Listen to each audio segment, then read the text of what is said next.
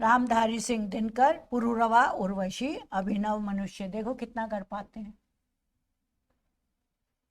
कौन है अंकुश, इसे मैं भी नहीं पहचानता हूँ। पर सरोवर के किनारे कंठ में जो जल रहा है, उस रशा उस वेदना को जानता हूँ। ये कौन कह रहे हैं? पुरूरवा। पुरूरवा बहुत वीर राजा है, महाभारत कालीन राजा है, और इनके सामने कोई टिक नहीं सकता। बहुत वीर, बहुत बहादुर ऐसे राजा थे पुरूरवा। तो पुरूरवा यहाँ आकर एकदम से वो क्या कहना चाहिए, शिथिल हो गए, असहाय हो गए।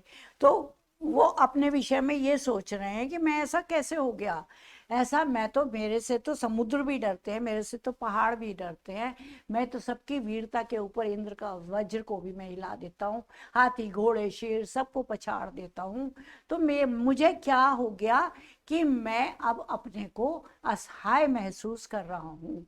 यही बात यहाँ इन्होंने कही है। कौन है अंकुश, इसे मैं भी नहीं पहचानता हूँ। ये अवरोध क्या है, ये अंकुश, ये रोग क्या है, ये बाधा क्या है। अंकुश वैसे एक हथियार होता है जो हाथियों को रोकने के लिए प्रयोग में किया जाता है। कैसा होता है वो? ऐसे, ऐसा होता है, ऐसा होता है और ऐसा होता है। यहाँ पर भी उसमें एक, तो ये जो है ना, हाथियों के माथे पर लगा दिया जाता है। तो महावत जो हाथी चलाने वाला होता है उसके माथे पे छू देता है, तो वो समझ जाता है कि किधर को जाना है, क्या डायरेक्शन है, वो अपनी बात को समझ जाता है। तो कौन है अंकुश, वो अवरोध कौन है, वो बाधा क्या है, मैं भी इसे नहीं पहचान पा रहा हूँ। पर सरोवर के किनारे कंठ में जो जल रहा है, मैं सरोवर के पास खड़ा हूँ, अर्थात मैं तालाब के पास खड़ा हूँ। सरोवर का मतलब तालाब। मैं तालाब के पास खड़ा हूँ, लेकिन फिर भी मेरा कंठ, मेरा गला जला जा रहा है, मेरा गला प्यासा है, मेरे गले में मुझे शांति नहीं मिल रही है। ऐसा क्यों हो रहा है? मैं सरोवर के किनारे, नदी के पास, उसके पानी के पास खड़ा हुआ हूँ, लेकिन फिर भी मेरा गला जल रहा है, मुझे शांति प्राप्त नहीं हो रही है। उस तृषा, उस वेदना को जानता हूँ, उस प्यास को, तृषा का मतलब प्यास, उस प्यास को और उस पीड़ा को, वेदना का मतलब पीड़ा, उस पीड़ा को मैं समझ रहा हूँ। मेरे मन में जो वो प्यास उठी हुई है, जो बुझ नहीं रही है, जो शांत नहीं हो रही है, और जो पीड़ा उठ रही है, उस पीड़ा को मैं समझ रहा हूँ। ऐसा मेरे अंदर क्या परिवर्तन आ गया, क्यों परिवर्तन आ गया कि मैं इस प्रकार से जल रहा हूँ। सिंधु सा उद्दाम अपरंपार मेरा मेरा बल कहाँ है। मैं तो सागर के समान, सिंधु माने सागर, समुद्र, समुद्र के समान उद्दाम हूं, जैसे उसमें ऊंची ऊंची लहरें उठती हैं और वो जोश भरा पानी होता है उसके अंदर, मैं भी उसी प्रकार हूं, सागर के समान उद्दाम हूं, उन्नत हूं, ऊंची ऊंची लहरें उठने वाला हूं। अपरंपार मेरा बल कहाँ है। मेरा बल अपरंपार है, जिसका कोई पार नहीं पा सकता, जिसकी कोई सीमा नहीं है। ऐसा मेरा बल कहाँ चला गया। मैं अपने को असहाय और निस्सहाय क्यों महसूस कर रहा हूँ। गूंजता जिस शक्ति का सर्वत्र जय जयकार, जिस शक्ति का चारों ओर जय जयकार गूंजता है, अर्थात मेरी शक्ति का, मेरे विषय में हर कोई मेरी वीरता को जानता है, हर कोई मेरी वीरता को समझता है। उस अटल संकल्प का संबल कहाँ है। वो जो मेरा संकल्प है वीरता का, वो जो मेरी बहादुरी है, जो चारों तरफ दिखाई देती है लोगों को, उसका सहारा कहाँ चला गया, उसका संबल, सहारा, सहारा कहाँ गया, अर्थात मैं ऐसा कैसे हो गया। क्लियर हुआ ना? देखो वो अपनी वीरता को याद कर रहे हैं, पुरूरवा अपनी वीरता को याद कर रहे हैं, और याद करते करते परेशान हो रहे हैं कि मैं ऐसा निर्बल, असहाय, दुस्सहाय ऐसा कैसे हो गया, निर्जीव सा क्यों बन रहा हूँ। यह शिला सा वक्ष, ये चट्टान सी मेरी भुजाएं। शिला माने चट्टान, बहुत बड़ा पत्थर, तो ये पर्वत के समान मेरा वक्ष, चौड़ा वक्ष है, जैसे पर्वत का पत्थर चौड़ा होता है, ऐसे ही मेरा वक्ष, वक्ष का मतलब सीना, छाती, सीना, मेरा ये सीना, और ये चट्टान सी मजबूत मेरी भुजाएं, मेरी बाहें, सूर्य के आलोक से दीपित समुन्नत बाल, और सूर्य के आकाश से, सूर्य का प्रकाश जितना प्रकाश है उससे चमकते हुआ मेरा ऊंचा माथा। कुछ लोगों के माथे बड़े छोटे छोटे होते हैं, कुछ लोगों के माथे बड़े होते हैं, उन्नत, उन्नत माथा कहा जाता है। उन्नत माथा का मतलब भाग्यशाली, जो भाग्यशाली लोग हैं उनका माथा ऊंचा होता है। तो वो यही कह रहे हैं कि ये सूर्य के समान, सूर्य के प्रकाश से जो आलोकित है वो ऊंचा मेरा माथा है। मेरे प्राण का सागर अगम उताल उच्छल है, और मेरा मैं जो जीव हूं ना, मेरा प्राण, मेरा जीव, उसका जो सागर है वो अगम है, उताल है, लहरों वाला है, उछलने वाली लहरों वाला है, और उच्छल है, ऊंचा है। तो ऐसे मेरे जीव का, मेरे प्राण का सागर बहुत वीरता का द्योतक है। मेरे प्राण का सागर, मेरे प्राण का समुद्र, मेरे प्राणों का समुद्र बहुत उज्जवल है। सामने टिकते नहीं वनराज पर्वत डोलते हैं। मेरी वीरता का क्या कहना, मेरी वीरता के आगे मेरे पत्थर पर्वत भी नहीं टिक पाते हैं। मैं पर्वतों को भी मार के गिरा के उनको तोड़ सकता हूँ, उनका तहस नहस कर सकता हूँ। सामने न टिकते नहीं वनराज, वनराज कौन होते हैं? शेर। वन का राजा कौन? शेर। शेर भी मेरे आगे टिकते नहीं है, मैं उन्हें भी पछाड़ देता हूँ, या मैं उनसे मैत्री कर लेता हूँ। पर्वत डोलते हैं, पर्वत भी मुझे देखकर डोल जाते हैं, हिल जाते हैं। तो इतनी मेरी वीरता है। कांपता है कुंडली मारे समय का व्याल, व्याल माने सांप, सर्प।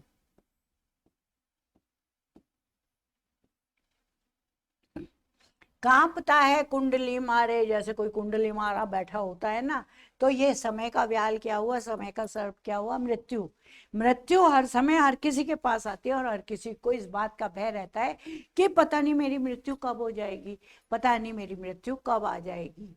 तो इस बात से हर व्यक्ति भयभीत रहता है। लेकिन कुंडली बांधे हुए सांप की तरह भी अगर वो बैठा हुआ है तो वो भी मेरे आगे कांपता है, अर्थात मृत्यु भी मेरे आगे थर थर कांपती है, वो भी मेरे साथ मेरा सामना नहीं कर सकती।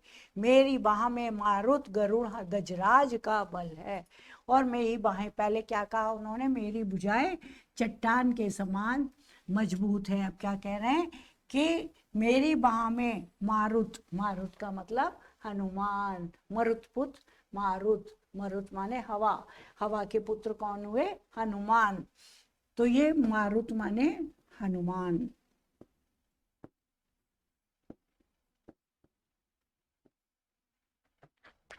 मेरी बाहें हनुमान के समान बलशाली हैं, जितना बल हनुमान जी में है उतना ही बल मेरी भुजाओं में है। गरुड़, गरुड़ कौन है? कौन है गरुड़? भगवान विष्णु के वाहन। स्पीड उनकी मन की गति से उड़ते हैं वो।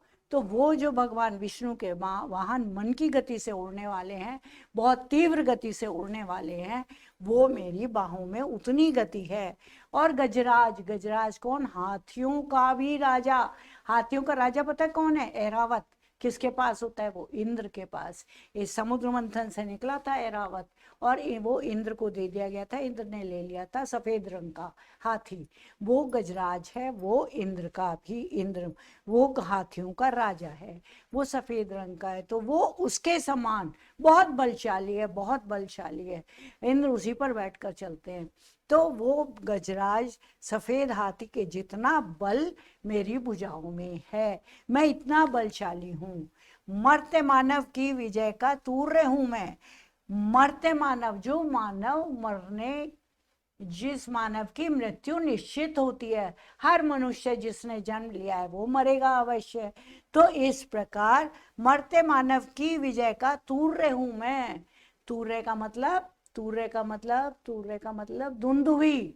वो जो बजाई जाती है विजय की, ऐसे करके रण में बजाई जाती है। बारात आती है, बारात में भी बजाई जाती है। और जब युद्ध होता है तो युद्ध शुरू करने के लिए भी बजाई जाती है, ऊंची सी होती है, दुंदुभी कहते हैं उसे, तुरही या दुंदुभी।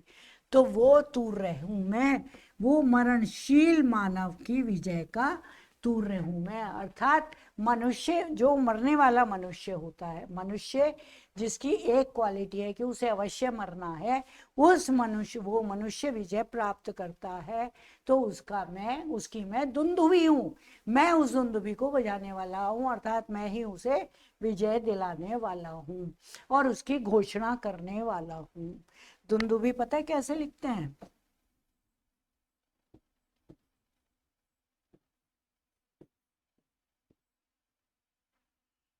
उर्वशी अपने समय का सूर्य हूं मैं। हे उर्वशी, मैं अपने समय का सूर्य हूं। जितना दैदीप्यमान सूर्य होता है उतना ही दैदीप्यमान मैं भी हूं। जितना चमकदार सूर्य है उतना ही मैं भी हूं। जितना बल, जितना तेज सूर्य में है, उतना ही बल, उतना ही तेज मेरे अंदर भी है। अंधतम के भाल पर पावक जलाता हूं। पावक माने आग, अग्नि।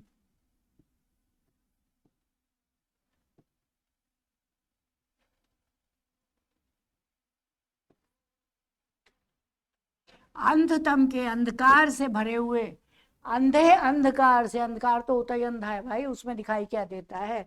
पर इन्होंने एक एडजेक्टिव और लगाकर अंधकार को और ज्यादा अंधेरे वाला दिखा दिया। अंधेरे अंधकार के मस्तक पर मैं अग्नि जलाता हूँ। अर्थात जहाँ निराशा ही निराशा फैल गई हो, जहाँ कोई एक बिंदु भी आशा की ना बची हो, ऐसे वातावरण में, निराशा भरे, घोर निराशा भरे वातावरण में मैं अग्नि जलाता हूँ। मैं आशा की किरण जगाता हूँ। मैं अंधकार में अग्नि जलाकर प्रकाश कर देता हूँ। बादलों के शीश पर स्यंदन चलाता हूँ। स्यंदन का मतलब रथ। बादलों के सिर पर मैं रथ चलाता हूँ, अर्थात मैं बादलों से भी ऊंचा उड़ता हूँ।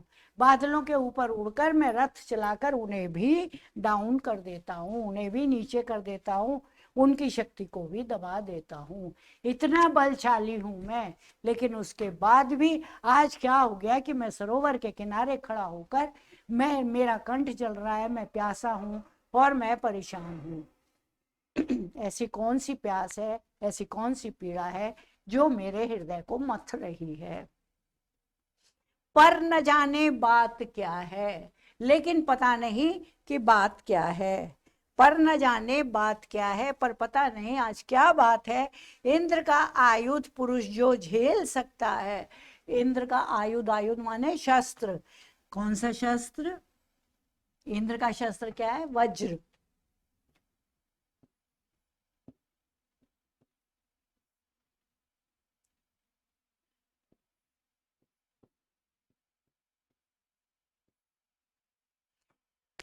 इंद्र का शस्त्र जो वज्र है, पुरुष जो झेल सकता है, मैं उसको भी झेल सकता हूं। अरे उससे तो वो राक्षस को मारा गया था, वज्र, कौन सा राक्षस था वो, जब दधीची की हड्डियों से लेकर बनाया गया था वो शस्त्र।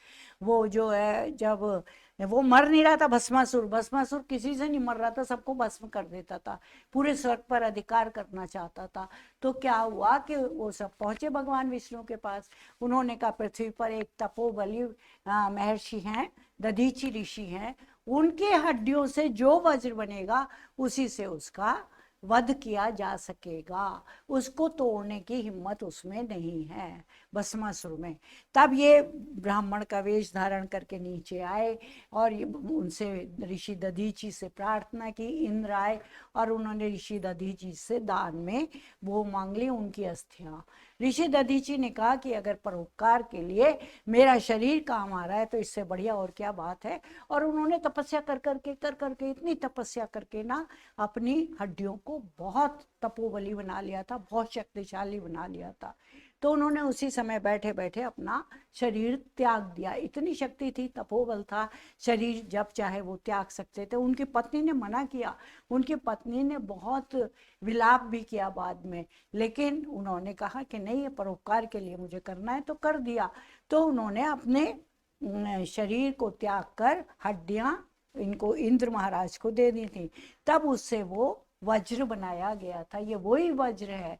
तो उस वज्र में कितना बल है, कितना बल है उस वज्र में कि इंद्र के वज्र को भी मैं झेल सकता हूँ, सिंह से बाहें मिलाकर खेल सकता हूँ, और शेर के साथ उसके हाथों से हाथ मिलाकर उसके हाथों को पकड़कर मैं उसके साथ खेल सकता हूँ। मेरे अंदर इतना बल है। कैसा बल? जो तुम्हें याद होगा, भरत, जो वो दुष्यंत का पुत्र था ना, भरत, शकुंतला और दुष्यंत का जो पुत्र था भरत, उसे वो आश्रम में, अपने ऋषिकर्ण के आश्रम में रहता था, तो वहां पर वो शेर के बच्चों के साथ खेला करता था। इतना बहादुर था वो क्योंकि क्षत्रिय था, वो जानता था कि शेर के बच्चे उसके दोस्त थे, और वो उनका मुंह पकड़ के खोल के कहता था कि शेर जमाई लो, मैं तुम्हारे दांत गिनूंगा। इस प्रकार की खेल खेला करता था। तो वो वही बल इनके अंदर है, पुरुरवा के अंदर। वो कहते हैं कि सिंह से बाहें मिलाकर खेल सकता है, फूल के आगे वही असहाय हो जाता, शक्ति के रहते हुए निरुपाय हो जाता।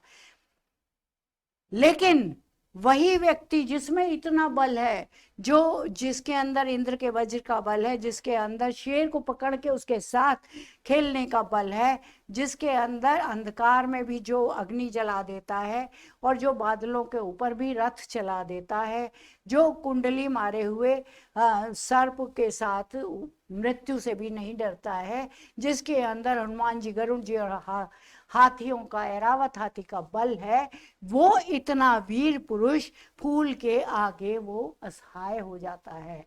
सुंदर पुष्प को देखकर उसकी वीरता धरी की धरी रह जाती है, और वो असहाय हो जाता है, शक्ति के रहते हुए निरुपाय हो जाता। शक्ति उसके अंदर भरी पड़ी है, शक्ति उसके अंदर है, लेकिन फिर भी वो उपाय रहित हो जाता है, वो कुछ कर नहीं पाता, निसहाय हो जाता है, असहाय हो जाता है, विद्ध हो जाता सहज बंकिम नयन के बाण से। और कैसे घायल हो जाता है? विद्ध माने घायल होना। कैसे घायल हो जाता है? बंकिम नयन के बाण से, तिरछे नैनों के बाणों से। अगर कोई उसको तिरछे नैनों से देख ले, अगर कोई लड़की, कोई स्त्री उसको तिरछे नैनों से देख ले, तो उसमें वो घायल हो जाता है, और उसकी सारी वीरता एक तरफ रखी रह जाती है। जीत लेती रूप सी नारी उसे मुस्कान से। और एक रूपवती नारी, एक रूपवती स्त्री अपनी मुस्कान से, अपनी सहज मुस्कान से और तिरछी आंखों की चितवन से, उसके बाण से उसे घायल कर देती है, उसे जीत लेती है, और उसका सारा का सारा बल वहीं रखा रह जाता है। तो ये हालत इस समय पुरुरवा की हो रही है। उन्होंने उर्वशी को देखा है, और उर्वशी को देख के उसके सौंदर्य पर मुग्ध होकर, उसके तिरछे नैनों की चितवन को देखकर वो घायल हो गए, और वो सारा उनका बल जो था वो सब एक तरफ रखा रह गया, और उस रूपसी की मुस्कान से वो उसी में आहत हो गए। है ना अच्छी पोयम? उर्वशी से ली गई है ये। तो आज हमने देखा अभी पुरुरवा, आगे देखते हैं हम उर्वशी। देखते हैं अब उर्वशी क्या करती हैं।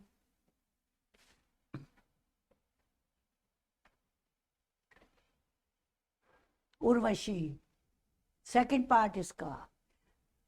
पर क्या बोलूं क्या कहूं, भ्रांति यह देह भाव, मैं मनोदेश की वायु, व्यग्र व्याकुल चंचल अवचेत प्राण की प्रभा, चेतना के जल में मैं रूप रंग रस गंध पूर्ण साकार कमल, मैं नहीं सिंधु की सुता, तल तलातल अतल वितल पाताल छोड़, नाले समुद्र को फोड़, शुभ्र जलमल फेनांकुश में प्रदीप्त, नाचती उर्मियों के सिर पर, मैं नहीं महातल से निकली।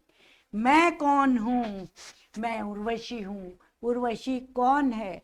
उर्वशी रूपवती है, सौंदर्यवती है, बहुत सुंदर है, जिसे देखकर पुरुरवा भी आहत हो गए, वो भी एक तरह से बेचैन हो गए, परेशान हो गए।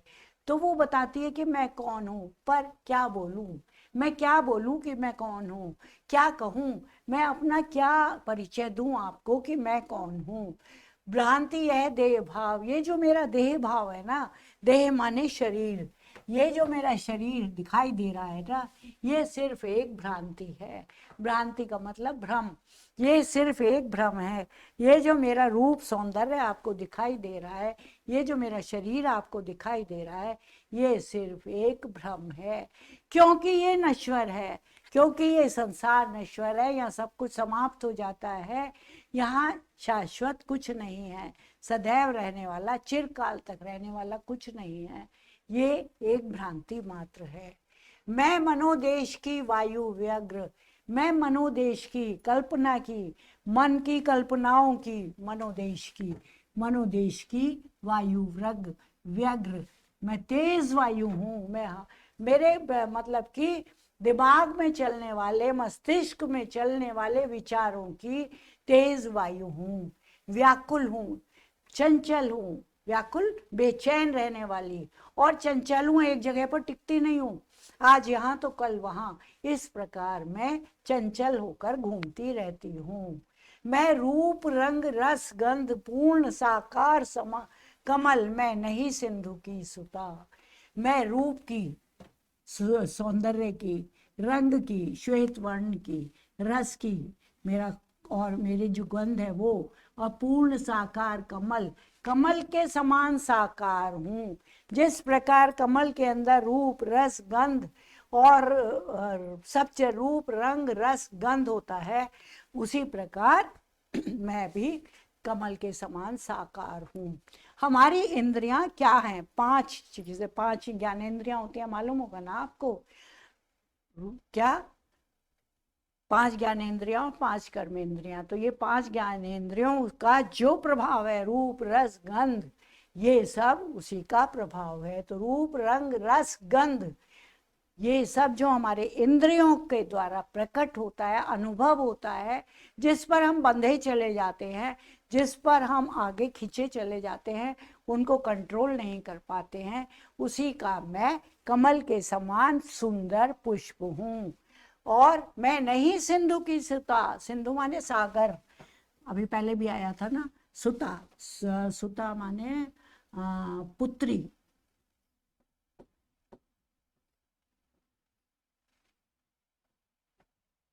मैं सागर की पुत्री नहीं हूँ, मैं सागर की बेटी नहीं हूँ, मुझे लक्ष्मी मत समझ लेना, मुझे ये मत समझ लेना कि मैं समुद्र से निकल कर आई हूँ और मैं लक्ष्मी हूँ, मैं लक्ष्मी के समान नहीं हूँ। तलातल अतल वितल पाताल छोड़, ये सब लोग हैं जो धरती के नीचे हैं। 7 लोग धरती के नीचे होते हैं और 7 लोग धरती के ऊपर होते हैं। हम किस जहाँ रहते हैं इसको क्या कहते हैं? भूलोक, पृथ्वी लोक, और इसके ऊपर भुवा स्व है तम स्व स्वर्ग, इस तरह ये 7 ऊपर होते हैं और 7 ही नीचे होते हैं, तब जाके वो पाताल आता है। तो ये तलातल अतल वितल रसातल, ये सब नीचे के लोक हैं।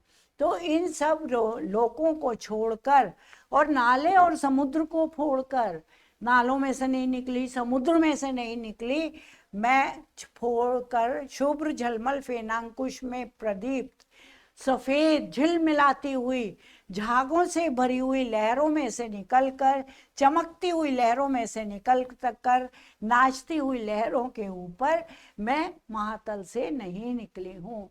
अर्थात तुम्हारा समुद्र जो है ना, ये बहुत, इसमें लहरें उठती हैं गिरती हैं, उठती हैं गिरती हैं, ज्वार भाटा आते रहते हैं। पूर्णिमा पे ज्वार आता है तो लहरें ऊंची ऊंची उठती हैं, और वो कैसी लगती हैं? सफेद चमकती हुई, चांदनी में चमकती हुई, और फेनिल, उनमें ऐसा लगता है जैसे बहुत झाग हैं। अभी हमने पिछले दिनों वो पढ़ी थी ना, नौका विहार, उसमें भी था कि वो लहरें, उठती हुई लहरों से हमने देखा था कि वो कैसे उस पर चल रहे थे।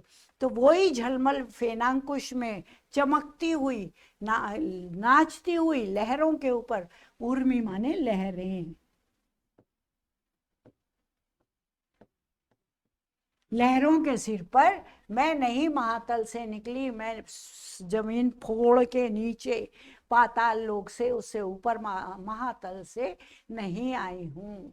मैं ना पाताल से आई हूँ, ना महातल से आई हूँ, ना लहरों को फोड़ कर आई हूँ, ना समुद्र से निकली हूँ, ना नाले से निकली हूँ, ना लहरों की नाचती हुई उर्मियों लहरों में, समुद्र की लहरों, नाचती हुई समुद्र की लहरों में से उठी हूँ। मैं ऐसा नहीं हूँ।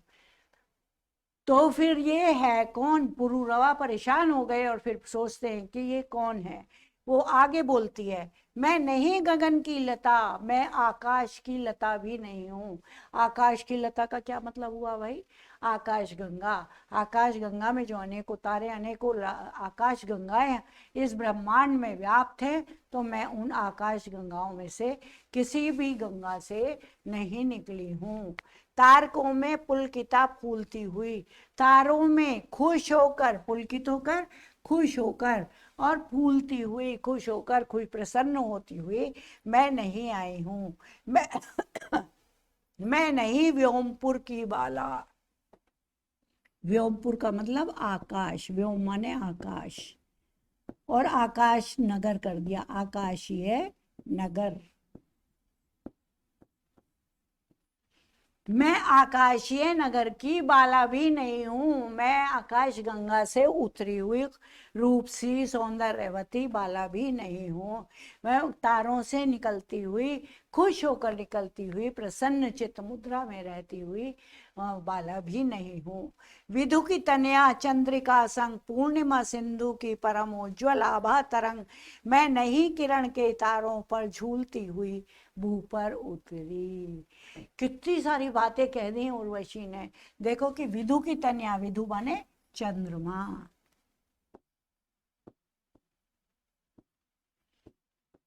मैं चंद्रमा की पुत्री भी नहीं हूं। तनया, तनया माने पुत्री, जो चंद्रिका के साथ पूर्णिमा सिंधु की, पूर्णिमा सिंधु जब सागर में पूर्णिमा होती है तो उसका पूरा चांद सागर में दिखाई देता है ना, और ज्वार आता है सागर में, ऊंची ऊंची लहरें उठती हैं, तो पूर्णिमा सिंधु की परम उज्ज्वल आभा तरंग भी नहीं हूँ। बहुत चमकती हुई, परम उज्ज्वल, बहुत साफ सुथरी आभा की किरण, प्रकाश की किरण के समान मैं नहीं हूँ। मैं नहीं किरण के तारों पर झूलती हुई भू पर उतरी। मैं किरण के तारों पर, जो चंद्रमा की किरण पड़ती है ना, वो तारों पर, उनके तारों पर, तार, यहाँ पर तार किसका मतलब है? किरण जो है उसको तार के रूप में कल्पना की है, कि तार के रूप में उन किरणों पर झूलती हुई मैं धरती पर नहीं उतर कर आई हूँ। मतलब चंद्रमा की, चांदनी की किरणों पर बैठकर उन्हें झूलती हुई पकड़कर मैं नीचे समुद्र में नहीं आई हूँ। ऐसी मैं नहीं हूँ। मैं नाम गोत्र से रहित पुष्प, मैं ऐसा फूल हूँ जो नाम से, जिसका कोई नाम नहीं है, जिसका कोई गोत्र नहीं है। गोत्र का मतलब होता है उसका वंश, उसका वंश भी नहीं है। मैं अंबर में उड़ती हुई मुक्त आनंद शिखा, मैं तो आकाश में उड़ती हुई मुक्त आनंद की चोटी हूँ। शिखा, शिखा का मतलब चोटी। मैं, इसको लिख लो, शिखा माने चोटी। अंबर में उड़ती हुई मुक्त आनंद शिखा चोटी, आकाश में उड़ती हुई स्व, मतलब स्वतंत्र आनंद, बहुत आनंद जहां पर हो उसकी चोटी हूँ। इतिव्रतहीन, मेरा कोई इतिहास नहीं है, मेरा कोई वर्तमान नहीं है। इतिव्रत का मतलब इतिहास और वर्तमान। मैं इतिहास और वर्तमान से हीन हूँ, रहित हूँ। सौंदर्य चेतना की तरंग, लेकिन मैं सौंदर्य चेतना की तरंग के समान हूँ। सौंदर्य मेरे अंदर कूट कूट कर भरा हुआ है, मैं सौंदर्य चेतना की तरंग हूँ। सुर नर किन्नर गंधर्व नहीं प्रिय, मैं केवल अप्सरा, विश्व नर के अतृप्त इच्छा सागर से समुद्भूत। देवता, सुर माने देवता, नर माने मनुष्य, किन्नर माने यक्ष जाति, गंधर्व माने जाति। तो ये जो देवताओं से नीचे, इनकी पावर थोड़ी सी देवताओं से कम होती है, वो होते हैं किन्नर, गंधर्व, यक्ष। तो ये यक्ष जाति में आते हैं, गंधर्व, किन्नर। तो ये उनके लिए कहा गया है कि मैं मन सुर देवता मनुष्य किन्नर गंधर्व भी नहीं हूँ। मैं ये सब कुछ नहीं हूँ। तो अब कभी तुम समझो कि मैं किन्नर हूँ, मैं गंधर्व हूँ, मैं इसलिए इतनी सुंदर लग रही हूँ, ऐसा नहीं है। प्रिय मैं केवल अप्सरा, हे प्रिय मैं तो केवल अप्सरा हूँ, आकाश से आई हूँ, अप्सरा हूँ, विश्व नर के अतृप्त इच्छा सागर से समुद्भूत। और मेरा जन्म कैसे होता है पता है तुम्हें? मेरा जन्म कैसे होता है? विश्व नर के, संसार भर के मनुष्यों के अतृप्त इच्छा सागर से, जो उनकी इच्छाओं का समुद्र उनके मन में बहता रहता है, उठता रहता है, उसकी तरंगें उठती रहती हैं और वो उसे प्राप्त करना चाहते हैं लेकिन प्राप्त नहीं कर सकते हैं या नहीं कर पाते हैं, उन इच्छाओं के सागर, ऐसी अतृप्त जो संतुष्ट नहीं हुई, जो वो प्राप्त नहीं कर सके, ऐसी अतृप्त इच्छा सागर से उत्पन्न हुई हूँ। समुद्भूत का मतलब उत्पन्न होना। मैं उत्पन्न हुई हूँ। एक बार फिर से सुनो, क्लियर हो जाएगा। मैं नाम और गोत्र से रहित फूल के समान अंबर में उड़ती हुई स्वतंत्र स्वच्छंद आनंद की चोटी हूँ। मैं आनंद ही आनंद, साक्षात जैसे आनंद मेरे अंदर भरा हुआ है। मेरा ना कोई इतिहास है, ना कोई मेरा वर्तमान है, मैं उससे हीन हूँ। और मैं सौंदर्य की चेतना की तरंग के ऊपर देवता मनुष्य किन्नर गंधर्व भी नहीं हूँ। हे प्रिय मैं केवल अप्सरा हूँ, जो संसार भर के मनुष्यों के हृदय में अतृप्त इच्छाएं रहती हैं, उनसे उत्पन्न होती हूँ। क्लियर हुआ? नेक्स्ट, जन जन के मन की मधुर वाणी, प्रत्येक हृदय की उजियाली, नारी की मैं कल्पना, चरम नर के मन में बसने वाली, विषधर के फण पर अमृतवर्ती, उद्धत उद्यम बर्बर बल पर रूपांकुश क्षीण मृणाल तार। जो मनुष्यों के मन में अग्नि जलती रहती है, किसकी अग्नि? कामनाओं की अग्नि, विचारों की अग्नि, जो विचारों की मधुर अग्नियां जलती रहती हैं, जो तृप्त नहीं हो पाते हैं, जो उनको पूर्ण नहीं कर पाते हैं, प्रत्येक हृदय की उजियाली, वो प्रत्येक हृदय पे जागृत रहती हैं और मन को उजाला करती हैं, मन में उजाला करती हैं। नारी की मैं कल्पना, चरम नर के मन में बसने वाली, मैं हर नारी, हर मनुष्य के मन में बसने वाली, उसकी कल्पनाओं में रहने वाली नारी की चरम कल्पना हूँ। तो मतलब कि मैं, हर मनुष्य इसकी कल्पना करता है कि मेरे जीवन में एक स्त्री आए, और वो स्त्री किस प्रकार की हो, उसकी कल्पना मनुष्य के हृदय में, मन में चलती रहती है। तो वो कहती है कि मैं वही हूँ, मैं वही हूँ जिसकी वो सदैव कल्पना किया करता है।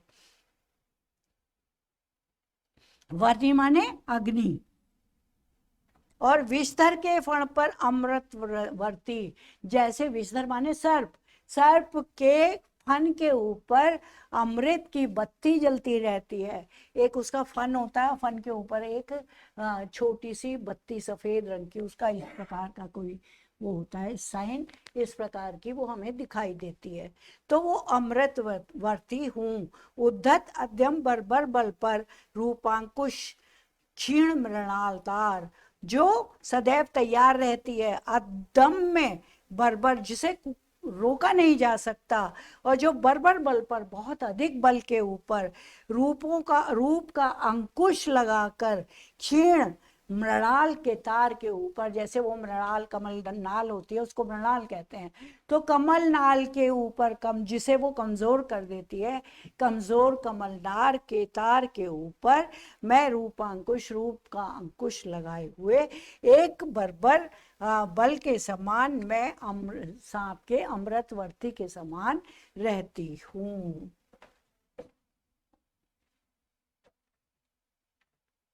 मेरे सम्मुख नत हो रहते गजराज मत, मेरे सामने, मेरे अंदर, ये मेरे रूप सौंदर्य को देखकर, मेरी भावनाओं को देखकर, मेरे प्रेम को देखकर, मेरे अंदर गजराज भी मस्त होकर मेरे आगे झुके रहते हैं। गजराज कौन? हाथियों के राजा। केसरी शरभ शार्दूल भूल निज हिंस्र भाव, केसरी शेर, शरभ हाथी, शार्दूल चीता शेर, ये भी सब अपना हिंसक भाव भूल जाते हैं। मुझे देखकर, मेरा सौंदर्य देखकर, मेरा रूप देखकर शेर, हाथी और ये शार्दूल, चीता इत्यादि अपना हिंसक भाव भूल जाते हैं और कैसे रहने लगते हैं, गृह मृग समान निर्विष अहिंस्र बनकर जीते। घर के पशु के समान, घर के पशु के समान निर्विष होकर, बिना विष वाले होकर, विष रहित होकर, अहिंसक बनकर जीते हैं। वो मेरे सामने अहिंसक हो जाते हैं, विष रहित हो जाते हैं, उनका विष भी सारा गायब हो जाता है, उनके अंदर भी प्रेम की भावना जागृत हो जाती है। कहना क्या चाहते हैं, इतने दूरधर, इतने विषैले, इतने बलशाली ये पशु लोग भी मुझे देखकर, मेरे सौंदर्य को देखकर नतमस्तक हो जाते हैं, झुक जाते हैं और अपना हिंसक भाव भूल जाते हैं और मेरे प्रेम के आगे झुक जाते हैं। मेरी भ्रू स्मृति को देख चकित विस्मित विभोर शूरमा निमिष खोले अवाक रह जाते हैं। श्लथ हो जाता स्वयमेव सिंजनी का कसाव, संसृत करो से धनुष बाण गिर जाते हैं। कामना वन्नी की शिखा मुक्त में अनवरुद्ध में अप्रतिहत में दुर्निवार मैं सदा घूमती फिरती हूँ। पवन आंदोलित वारिद तरंग पर समासी निहार आवरण में अंबर के आर पार उड़ते मेघों की दौड़ बाहुओं में बढ़ती, सपनों की प्रतिमाओं का आलिंगन करती। कितनी बड़ी कल्पना है, दिनकर जी ने क्या बात कह दी यहाँ पर। कैसी है, प्रेम की देवी है ना, सौंदर्य की देवी है ना उर्वशी, प्रेम की देवी, सौंदर्य की देवी, तो वो किस प्रकार सबको अपने अधीन कर लेती है। कोई कितना बलशाली हो, कोई विशैला हो, कैसा भी हो, उसको भी अपने अधीन कर लेती है। मेरी भू स्मृति को देख, भ्रू माने भौं, मेरी भौं को देखकर और उसकी स्मृति को, स्मृति का मतलब मुस्कुराहट, भौं की मुस्कुराहट क्या होती है, चंचलता, तो भौं की चंचलता को देखकर वो चकित हो जाते हैं, विस्मित हो जाते हैं, आश्चर्यचकित हो जाते हैं और विभोर हो जाते हैं, बहुत प्रसन्न हो जाते हैं। शूरमा भी निमिष खोले, शूरमा लोग जो बहुत वीर लोग हैं वो भी अपनी आंखें फाड़ कर मुझे देखने लगते हैं। निमिष माने आंखों का, पलकों का ना झपकना, उसको कहते हैं निमिष। तो जो उन पलकों को भी नहीं झपक पाते हैं और अवाक चौकन्ने होकर वो सिर्फ देखते रह जाते हैं। श्लथ हो जाता स्वयं सिंजनी का कसाव, धनुष, सिंजनी की डोरी मतलब कि धनुष की डोरी का कसाव भी, जो प्रत्यंचा चढ़ाए रहते हैं, जो सदैव लड़ने के लिए तैयार हैं, युद्ध करने के लिए तैयार हैं, उनका भी, उनकी धनुष की डोरी भी, उसका कसाव भी शिथिल हो जाता है। श्लथ हो जाता मतलब शिथिल हो जाता है। संसृत करो से धनुष बाण गिर जाते हैं, और जो उनके मजबूत हाथ धनुष को लेकर खड़े हुए थे ना, छोड़ने के लिए खड़े हुए थे, वो बाण भी मेरे रूप सौंदर्य को देखकर, प्रेम को देखकर गिर जाते हैं, उनके हाथ ढीले पड़ जाते हैं। कामना वन्नी की शिखा मुक्त में अनवरुद्ध, कामना की अग्नि, वन्नी माने अग्नि,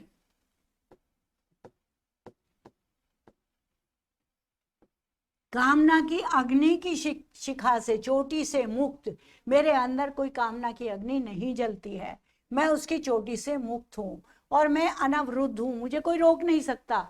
अवरुद्ध का मतलब रुकना, रोकने वाला, और अनवरुद्ध का मतलब ना रोकने वाला, तो मुझे कोई रोक नहीं सकता, मैं स्वतंत्र हूँ, मैं स्वच्छंद हूँ, मैं जा चाहे जा सकती हूँ, मैं अप्रतिहत, मुझे कोई दबा नहीं सकता, मैं दुर्निवार, मुझे कोई हटा नहीं सकता, मैं जहाँ भी चली जाऊं मेरे आगे मेरे लोग मेरे अधीन हो जाते हैं, चाहे वो पशु हो, चाहे वो राजा हो, चाहे वो बलशाली पुरुष हो, सब मेरे आगे नतमस्तक हो जाते हैं।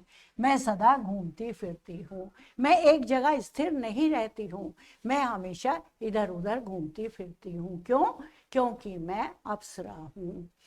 पवन आंदोलित वारिद तरंग पर समासीन, मैं पवन के द्वारा हिलाई गए बादलों की तरंगों पर आसीन हूँ, बैठी हुई हूँ, और निहार आवरण में अंबर के आर पार, ओस भरे वातावरण में, जिस समय सूर्य नहीं निकलता है, उस समय को, जब सूर्य की आभा भी आकाश में चमकनी शुरू नहीं हुई है, वो जो उषा काल होता है उसको कहते हैं निहार। तो उसमें ओस की बूंदें भी पड़ती हैं। तो उस निहार के आवरण में, ओस की बूंदों के आवरण में मैं आकाश में आर पार कहीं भी चली जाती हूँ। उड़ते मेघों की दौड़ बाहुओं में भरती। जो बादल उड़ते होते हैं ना सुबह के समय, जो इधर से उधर भाग रहे होते हैं,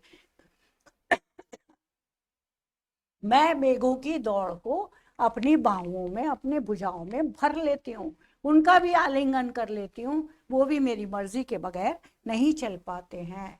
सपनों की प्रतिमाओं का आलिंगन करती। और जो सपनों की मूर्तियां हैं, लोग जो सपने देखा करते हैं, एक सुंदर स्त्री उनके जीवन में हो, इस बात का जो सपना देखा करते हैं, उन सब का मैं आलिंगन कर लेती हूँ। अर्थात मैं रूपवती, सौंदर्यवती, प्रेम की देवी हूँ, और मेरे बिना किसी मनुष्य का जीवन चल नहीं सकता। हर कोई अपने जीवन में एक स्त्री की कामना करता है, मैं वो स्त्री हूँ। विस्तीर्ण सिंधु के बीच शून्य, एकांत दीप यह बेरा उर। जिसे बहुत बड़ा सागर है, सिंधु माने सागर, विस्तीर्ण माने फैला हुआ, बहुत बड़ा फैला हुआ सागर है, उसके बीच में शून्य, और बिल्कुल शून्य का मतलब जहाँ कोई आवाज भी नहीं हो रही है, चारों तरफ शांति शांति है। ऐसे वातावरण में एकांत द्वीप, कोई एक द्वीप उस समुद्र में दिखाई दे जाए, वो मेरा हृदय है। वो समुद्र में वो द्वीप नहीं, वो मेरा हृदय है। ऐसा मेरा प्योर प्रेम से भरा हुआ हृदय है। देवालय में देवता नहीं, केवल मैं हूँ। देवालय का मतलब मंदिर। मंदिर में, मंदिर में देवता तो पत्थर की मूर्तियां हैं, उन देवताओं का क्या करोगे? देवालय में देवता नहीं, केवल मैं हूँ। देवताओं के रूप में भी मैं ही रहती हूँ। जैसे देवता मुझसे प्रेम करते हैं, ऐसे ही देवताओं से प्रेम करते हैं। अगर देवताओं के अंदर प्रेम की भावना नहीं डालोगे तो उस मूर्ति का भी कोई महत्व नहीं रह जाएगा। इसलिए मंदिरों में देवता नहीं, केवल मैं हूँ। केवल प्रणय की मूर्ति मैं हूँ। जो मेरे अंदर प्रणय है वही उन देवताओं के अंदर है। मेरी प्रतिमा को घेर उठ रही अगुरु गंध। अगुरु का मतलब अगरबत्ती।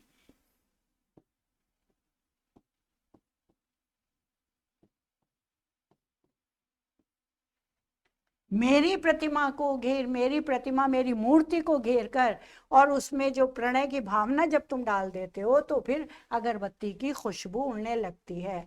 बज रहा अर्चना में मेरी में मेरा नूपुर। और मेरी अर्चना में वो जो देवता की मूर्तियां हैं उनमें मैं ही तो हूँ, मेरा प्रेम ही तो भरा हुआ है। और उनकी जो आरती होती है, उनकी जो अर्चना होती है, उनकी जो पूजा होती है, उसमें जो घंटियां बजती हैं वो मेरे पैरों के नूपुर की घंटियां हैं। अर्थात मैं प्रेम की साक्षात देवी हूँ, जो तुम्हें मंदिरों में दिखाई देती हैं। भूनभ का सब संगीत नाद मेरे निस्सीम प्रणय का है। सारी कविता जयगान एक मेरी त्रैलोक विजय का है। भूनभ का संगीत नाद, आकाश से लेकर पृथ्वी तक, भू माने पृथ्वी और नभ माने आकाश, आकाश से लेकर पृथ्वी का सारा संगीत, नाद, ध्वनि, नाद का मतलब ध्वनि। ध्वनि भी कौन सी? जो ओंकार की ध्वनि होती है, जो सबसे पहले इस ब्रह्मांड में जागृत हुई थी, उस शब्द को, उस ध्वनि को नाद कहा जाता है। जो नगाड़ों से उत्पन्न होती है, जो ओंकार की ध्वनि से उत्पन्न होती है, उसको नाद कहा जाता है। तो आकाश, पृथ्वी और आकाश का सारा संगीत, सारा नाद मेरे निस्सीम प्रणय का है। जो निस्सीम है, जिसकी कोई सीमा नहीं है, जो असीम है, उस प्रेम का नाद है। अर्थात चारों ओर मेरा ही प्रेम फैला हुआ है। इस सृष्टि में यदि प्रेम नहीं होगा, अगर मेरी मूर्ति नहीं होगी, मेरा प्रेम नहीं होगा, उसकी पूजा नहीं होगी, तो ये सृष्टि व्यर्थ हो जाएगी। प्रेम के बिना ये सृष्टि बेकार है। इसलिए प्रेम की पूजा सब जगह होती है। सारी कविता जयगान एक मेरी त्रैलोक विजय का है। ये पूरी कविता जितनी बात इसमें कही गई है, इसका जयगान करना, ये मेरी तीनों लोकों की विजय का जयगान है। अर्थात तीनों लोकों में, पृथ्वी लोक पर, पाताल लोक में और स्वर्ग लोक में, सब जगह प्रेम की ही महिमा है। अगर प्रेम नहीं, क्योंकि हर व्यक्ति के जीवन में नारी का महत्वपूर्ण स्थान है। हर व्यक्ति की एक कल्पना में एक नारी अवश्य होती है जिससे वह प्रेम प्राप्त करना चाहता है। उसी प्रेम का रूप मैं हूँ, मैं अप्सरा हूँ, मैं उर्वशी हूँ और मैं उसी प्रेम का रूप हूँ। है ना सुंदर कविता, भाव विभोर करने वाली। हेलो चिल्ड्रन, कल हमने किया था उर्वशी और पुरुरवा। पुरुरवा पहले किया था रामधारी सिंह दिनकर जी की कविता। पुरुरवा बहुत फेमस कविता है, बहुत महत्वपूर्ण है, हमने उसको देखा था। और फिर उसके बाद हमने किया था उर्वशी। आज हम करने जा रहे हैं अभिनव मनुष्य। कल अभिनव मनुष्य रह गया था, ये भी इनकी बहुत अच्छी कविता है। आज हम इसे पढ़ेंगे। अभिनव मनुष्य के माध्यम से कवि रामधारी सिंह दिनकर क्या कह रहे हैं। कवि कहना चाहते हैं, बहुत बरसी धरित्री पर अमृत की धार, पर नहीं अब तक सुशीतल हो सका संसार। भोग लिप्सा आज भी लहरा रही उद्दाम, बह रही असहाय नर की भावना निष्काम। क्या मतलब हुआ कि बहुत इस धरती पर, धरित्री का मतलब धरती, इस धरती पर अमृत की धार बहुत समय से बह रही है, अर्थात सुख समृद्धि के पूरे साधन यहाँ पर उपलब्ध हो रहे हैं। अमृत की धार से मतलब सुख समृद्धि सब कुछ यहाँ पर मौजूद है। पर नहीं अब तक सुशीतल हो सका संसार, लेकिन उसके पश्चात भी, सुख समृद्धि होने के बाद भी, अमृत मिलने के बाद भी, सब कुछ मिलने के बाद भी क्या होता है कि ये संसार को शांति प्राप्त नहीं हुई। इस संसार में बेचैनी, दुख, झगड़े, लड़ाई, कलह, ये सब द्वेष, ये सब भरा पड़ा है। ये सब शांत क्यों नहीं हुआ। भोग लिप्सा आज भी लहरा रही उद्दाम, आज भी लोगों के हृदय में भोग करने की इच्छा बहुत अधिक, उद्दाम का मतलब बहुत अधिक, बहुत अधिक छा गई है, छाई हुई है। लहरा रही है मतलब छा रही है। हर व्यक्ति अपने मन में ये चाहता है कि मैं ये भी प्राप्त कर लूं, ये भी प्राप्त कर लूं, ये भी मिल जाए मेरे पास, ये भी हो, वो भी हो।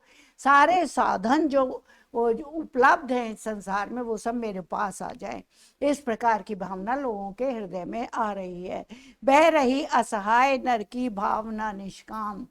और कौन, ये जो है मनुष्य, मनुष्य के मन में निष्काम भावना बहती रहती है। असहाय मनुष्य की, असहाय मनुष्य के मन में, वो असहाय है, वो सब कुछ प्राप्त तो कर नहीं सकता है, तो उसके मन में इस प्रकार की भावनाएं बहती रहती हैं। किस प्रकार की भावनाएं? सब कुछ प्राप्त कर लेने की इच्छा। ये इच्छा उसके मन में सदैव जागृत रहती है। भोग और लिप्सा उसके मन में जागृत रहती है। अपनी इंद्रियों पर कोई नियंत्रण नहीं है, कोई कंट्रोल नहीं है, और वो हर चीज प्राप्त करना चाहता है, सुख भोगना चाहता है। उसी के लिए कहा है कि वह असहाय नर की भावना निष्काम। वैसे तो निष्काम का मतलब होता है कि इच्छा रहित, जिसमें कोई इच्छा ना हो। गीता में श्री कृष्ण ने निष्काम को बहुत डिटेल में समझाया है। निष्काम कर्म करो, फल की इच्छा मत करो, सिर्फ कर्म करो, उसके पीछे भागो मत, उसके फल की इच्छा के पीछे भागो मत। इस प्रकार से वो भावना जो निष्काम भावना होती है, लेकिन वो आज असहाय हो गई है और वो मनुष्य के हृदय में जागृत है, और मनुष्य हमेशा कुछ ना कुछ प्राप्त करना चाहता है।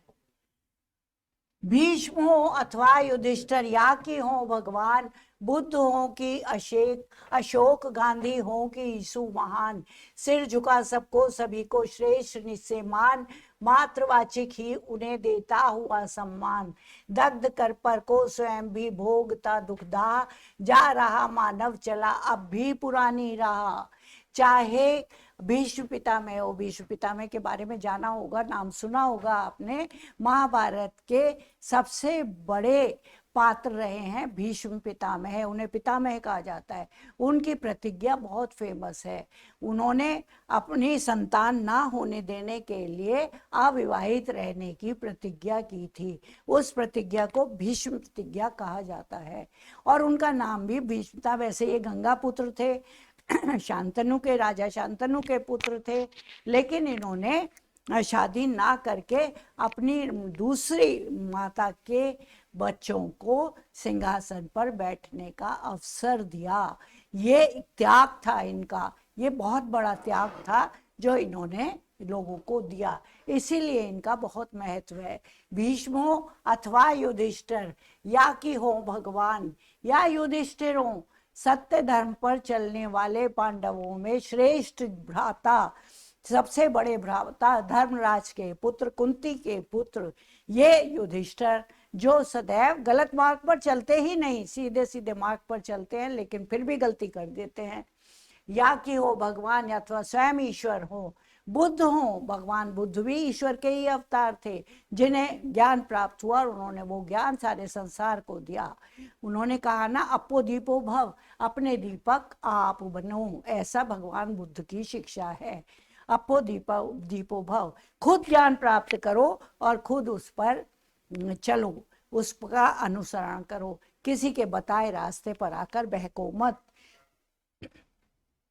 बुद्ध हो कि अशोक, या सम्राट अशोक हो, सम्राट अशोक उन्होंने पूरे भारत को जीत लिया था, उन्होंने सारे शत्रुओं का नाश कर दिया था।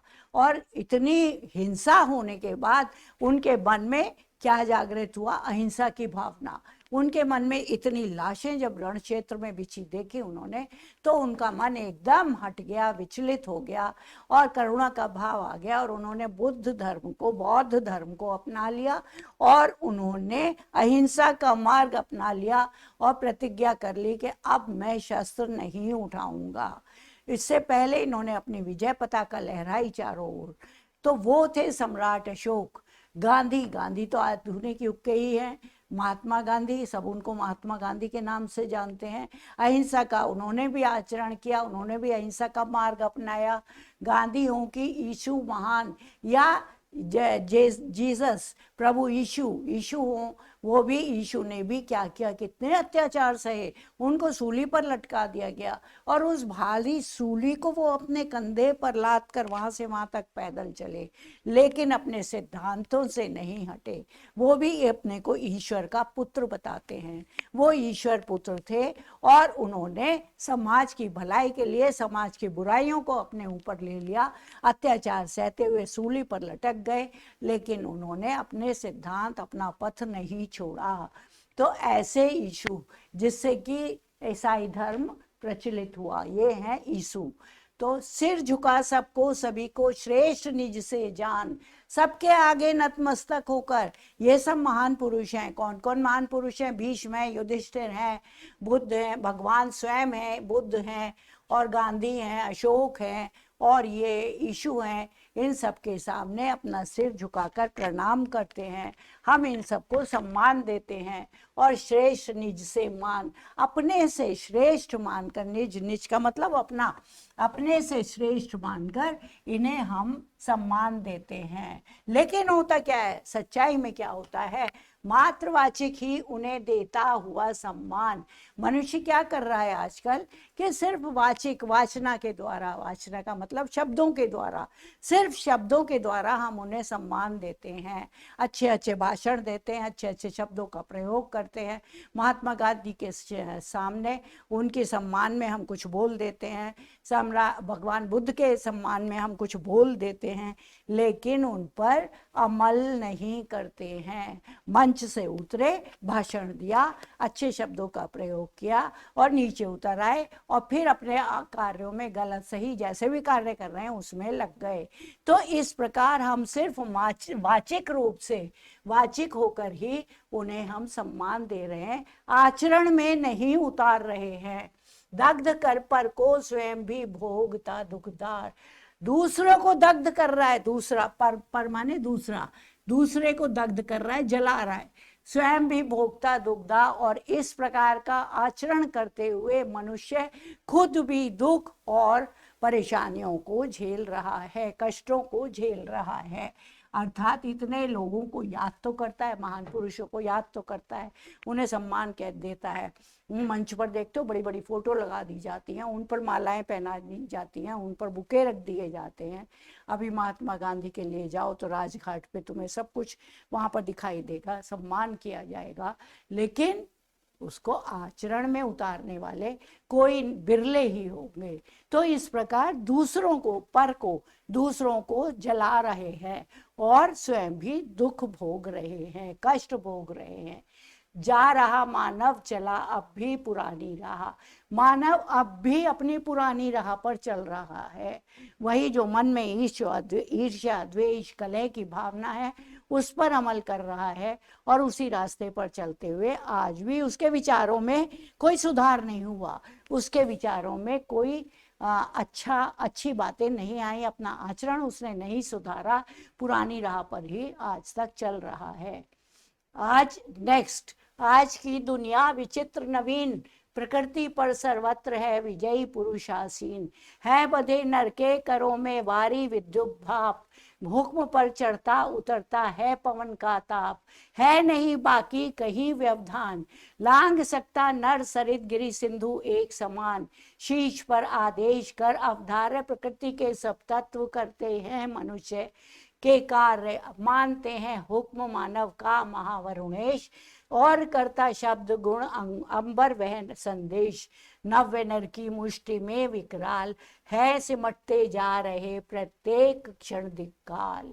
यह मनुज, मनुज ने कितनी, मनुज माने मनुष्य, मनुज ने कितनी, मनु का पुत्र मनुष्य, तो मनुष्य ने कितनी उन्नति कर ली, कितनी तरक्की कर ली, कहाँ तक पहुंच गए, उसके हाथ कितने विशाल हो गए, कितनी जानकारी उसको हो गई, और विज्ञान के सहारे, विज्ञान की सीढ़ी पर चढ़कर वो कहाँ से कहाँ पहुंच गया।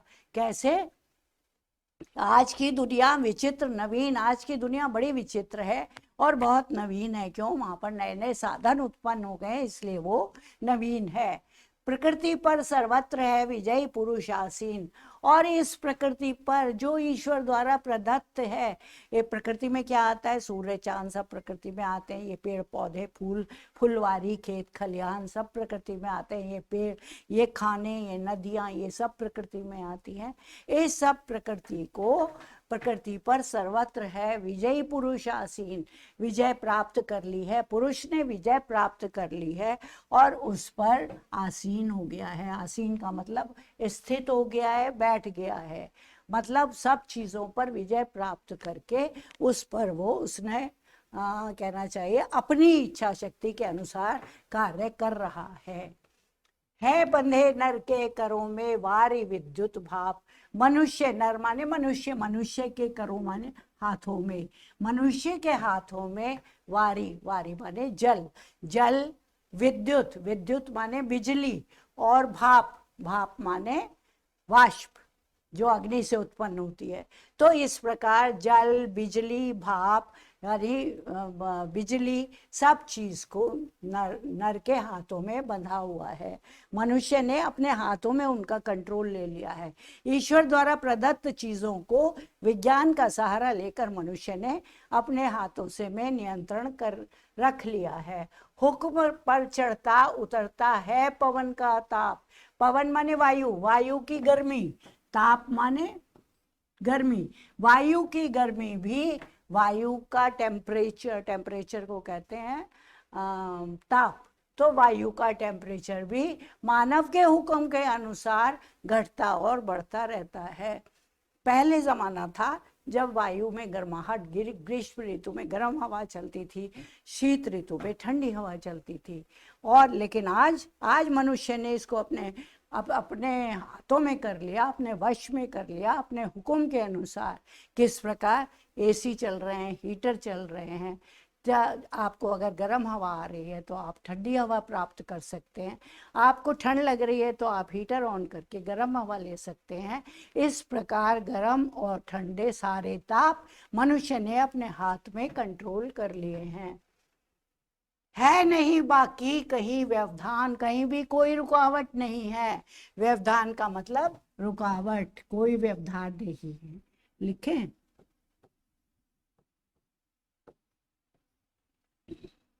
कहीं कोई रुकावट नहीं है। लांग सकता नर सरित, गिरि सिंधु एक समान। मनुष्य, मनुष्य क्या कर सकता है, नर क्या कर सकता है, सरित नदी, पर्वत और सागर को एक ही तरीके से पार कर सकता है। इतने ऊंचे पर्वतों को भी पार कर रहा है, इतने बड़े बड़े समुद्रों को भी पार कर रहा है और नदियों को भी पार कर रहा है। उसके पास सब साधन आ गए हैं। अब उसके पास साधनों की कमी नहीं है। देखा तुमने बंबई में कितना बड़ा ब्रिज बना है, और एक ब्रिज तो वहां पहले से ही है वर्ली में, जो समुद्र में ही बना हुआ है और समुद्र में ही उस पे चल के समुद्र को पार कर लेते हैं। तो इस प्रकार से मनुष्य ने पहाड़ों को जीतने के लिए उसको उस पर भी हेलीकॉप्टर के द्वारा पहुंच रहे हैं। तो इस प्रकार मनुष्य ने नदियों को, पर्वतों को और सागरों को एक समान पार कर लिया है, लांग सकता है। शीश पर आदेश कर अवतार, प्रकृति के सब तत्व करते हैं मनुष्य के कार्य। अपने सिर पर आज्ञा को शिरोधार्य करके, जैसे कि कोई गुरुजी अपने शिष्य को आदेश देते हैं तो शिष्य कहता है जी ये, हाँ जी गुरुजी, जी गुरुजी, सही गुरुजी। जैसे कि आर्मी में बड़ा अफसर छोटे अफसर को आदेश देता है तो वो कहता है सर सर सर। इस प्रकार क्या होता है, वो उनकी आज्ञा को अपने सिर पर धारण कर लेते हैं, शिरोधार्य करते हैं। उसी प्रकार शिरोधार्य करते हैं कौन, शीश पर आदेश कर अवधार्य, सिर पर आदेश को धारण करके प्रकृति के सारे का तत्व, प्रकृति की क्या नदी है, क्या पहाड़ है, क्या समुद्र है, सारे तत्व मनुष्य के कार्य करते हैं। सब मनुष्य के अधीन हो गए हैं। हर कोई मनुष्य के द्वारा ही कहे गए इशारों पर ही नाचता है। मानते हैं हुक्म मानव का महावरुणेश, वरुणेश वरुण देवता। कौन है, क्या है वरुण देवता, समुद्र, समुद्र और जल, जल के देवता कौन है, वरुण। तो वरुणेश, महावरुणेश भी मानव का हुक्म मानते हैं। और करता शब्द गुण अंबर वहन संदेश, और अंबर भी, आकाश भी बड़ा शब्द गुण संदेश ढोता है। वहन करना मतलब ढोता है, कहाँ है, वहन, वहन करना ले जाता है, ढोना, ढोने का मतलब ले जाना। मतलब आकाश भी मनुष्य के इशारों पर कार्य करता है, उनके आदेश को, उनकी ध्वनि को ढोता है। किस प्रकार, हेलीकॉप्टर जब चलते हैं, जब बड़े बड़े एरोप्लेन चलते हैं, जब इस कंट्री से उस कंट्री में जाते हैं, इस देश से दूसरे देश में जाते हैं, जब अपने ही देश में एक स्थान से दूसरे स्थान पर जाते हैं हेलीकॉप्टर के द्वारा, एरोप्लेन के द्वारा, बाय एयर जब हम जाते हैं, तो आकाश में हम उनके शब्द को मानता हुआ, उनके इशारों को मानता हुआ, उनके आज्ञाओं को मानता हुआ अंबर भी उनका साथ देता है। नव्य नर की मुष्टि में विकराल हैं सिमटते जा रहे प्रत्येक क्षण धिक्कार। नव्य नर, नव्य माने नया, नए मनुष्य की, आजकल के आधुनिक मनुष्य की मुट्ठी में ये सब विकराल चीजें, बड़ी बड़ी चीजें, आकाश, समुद्र, ये सब पर्वत, सब बड़ी बड़ी चीजें सिमटते जा रही हैं। उसने अपनी मुट्ठी में इनको बंद कर लिया है, वो सब कुछ इनके माध्यम से करता है, करवाता है। और प्रत्येक क्षण दिक्काल, और दिक्काल का मतलब दिशाओं का समय। दिशाओं का समय क्या हुआ, दिशाओं का स्वामी कौन हुआ, मृत्यु काल। तो वो काल भी प्रत्येक क्षण सिमटता जा रहा है। यह मनुज जिसका गगन में जा रहा है, यान कांपते जिसके करों को देख कर परमाणु, खोल कल अपना हृदय ग्रीक सिंधु भू आकाश, है सुना जिसको चुके निज गुह्यतम इतिहास। खुल गए पर्दे रहा अब क्या यहाँ अज्ञे, किंतु नर को चाहिए निज विघ्न कुछ दुर्जे। जिसका गगन में यान जा रहा है, हवाई जहाज जा रहा है, जो चांद तक पहुंच गया है, जिसने चांद पर भी अपना जहाज, अपना रॉकेट उतार दिया है, इतने महान कार्य करने वाला मनुष्य कांपते किस जिसके करों को देखकर, परमाणु भी अब उनके करों को देखकर, उनके हाथों को देखकर कांपने लगते हैं। परमाणु पता है कितना भयंकर है, एक छोटा सा अणु, परमाणु, जो तहस नहस कर देता है, जिस जिसने जापान में हिरोशिमा में कितनी तबाही मचाई थी, वो परमाणु भी अब डरता है यह मनुष्य की उन्नति को देखकर। खोलकर अपना हृदय गिरी, हृदय रूपी पर्वत को खोलकर, सिंधु भू आकाश, समुद्र पृथ्वी और आकाश है सुना जिसको चुके निज गुह्यतम आकाश, जिसको सुना चुके हैं अपने छिपे हुए इतिहास। पर्वत के अंदर कितना छिपा हुआ खजाना है, समुद्र के अंदर कितना छिपा हुआ खजाना है, पृथ्वी में खानों में कितना खजाना है, वो सब खोलकर रख चुके हैं। अर्थात मनुष्य सब कुछ जान चुका है, ये भी जान चुका है कि इस संसार में, इस पृथ्वी पर, इस समुद्र में, पर्वत पर क्या क्या है, वो सब जान चुका है। खुल गए पर्दे रहा अब क्या यहाँ अज्ञे, अब तो सारे पर्दे खुल गए, सारा ज्ञान प्राप्त हो गया, जो छिपी हुई चीजें थी वो भी प्राप्त हो गई। धरती के अंदर गहराई में जो कोयला खान और कोयला खादान और क्या क्या चीजें, सोना चांदी हीरे सब भरे हुए हैं, उन सबको देख लिया। अब कुछ भी अज्ञेय नहीं रह गया। अज्ञेय का मतलब जिसको जाना ना जा सके, वो अज्ञेय नहीं रह गया। किंतु नर को चाहिए निज विघ्न कुछ दुर्जय, लेकिन फिर भी मनुष्य को इतना कुछ करने के बाद भी, क्या क्या कर लिया उसने, इतना कुछ करने के बाद भी मनुष्य को कुछ निज विघ्न कुछ दुर्जय, कुछ और विघ्न चाहिए, और परेशानियां चाहिए, ऐसी परेशानियां जो दुर्जय हों, जिन्हें जीता ना जा सके, जीता ना जा सके, ऐसी कठिनाइयां और भी चाहिए। अभी तसल्ली नहीं हुई है, अभी मनुष्य संतुष्ट नहीं हुआ है, इतना कुछ करने के बाद भी संतुष्टि मन में नहीं है, अभी उसे और भी कुछ करना है। सोचने को और करने को नया संघर्ष, कुछ नया सोचना चाहिए, चाहता है, कुछ नया करना चाहता है, कुछ नया संघर्ष करना चाहता है, उसके लिए वो फिर प्रयासरत है। नव्य नव्य जय का क्षेत्र पाने को नया उत्कर्ष, और फिर से नई जय, नई उसकी जय जयकार हो, एक और नई खोज कर ली। अभी तक तो चांद पर गए, अब हम बृहस्पति पर जाएंगे, अब हम शुक्र पर जाएंगे न, अब कभी हम सूर्य पर भी जा सकते हैं। इस तरह नई नई खोज, नए नए आविष्कार करने के लिए सदैव वो तैयार रहता है और प्रयत्नशील रहता है। नव्य जय का क्षेत्र, नई नई जय का क्षेत्र पाने को नया उत्कर्ष, नई उन्नति पाने के लिए, उत्कर्ष का मतलब उन्नति, नई उन्नति पाने के लिए वो नया कार्य करता है।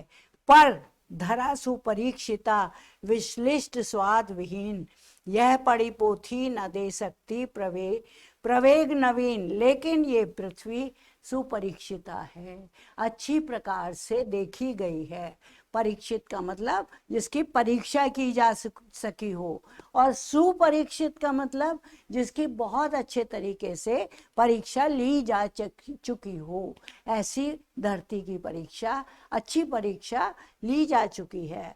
विश्लिष्ट स्वाद विहीन, और वो विश्लिष्ट है, उसके अंदर कोई ऐसी चिपकने वाली चीज नहीं है, अर्थात कोई नयापन नहीं है, और वो स्वाद विहीन है, उसमें कोई स्वाद भी नहीं है। पृथ्वी में स्वाद कहाँ से आ जाएगा? पृथ्वी के तत्वों में स्वाद है, पृथ्वी जो हमें खाना देती है उसमें स्वाद है, प्रकृति के द्वारा दी गई अन्न में, फलों में स्वाद है, लेकिन प्रकृति तो स्वाद विहीन है। यह पड़ी पोथी न दे सकती प्रवेग नवीन, ये पोथियां जो पुराने तुमने शास्त्र पढ़ लिए, ज्ञान प्राप्त कर लिया, इतना आविष्कार कर लिया, पोथी पढ़ पढ़ के, पोथी का मतलब मोटी मोटी किताबें, मोटी मोटी किताबें पढ़ पढ़ के ये तुम्हें नवीन प्रवेग नहीं दे सकती, नया वेग, गति, नई गति नहीं दे सकती। गति तो वही रहेगी जो तुमने प्राप्त की है, जो तुम्हारे शास्त्रों में लिखी हुई है, उससे अधिक तुम्हें नहीं मिल सकता। एक लघु हस्ता मलक यह भूमि मंडल गोल, मानवों ने पढ़ लिए सब पृष्ठ जिसके खोल, ये एक छोटा सा हाथ पे रखा हुआ आंवला है। आमलक माने आंवला।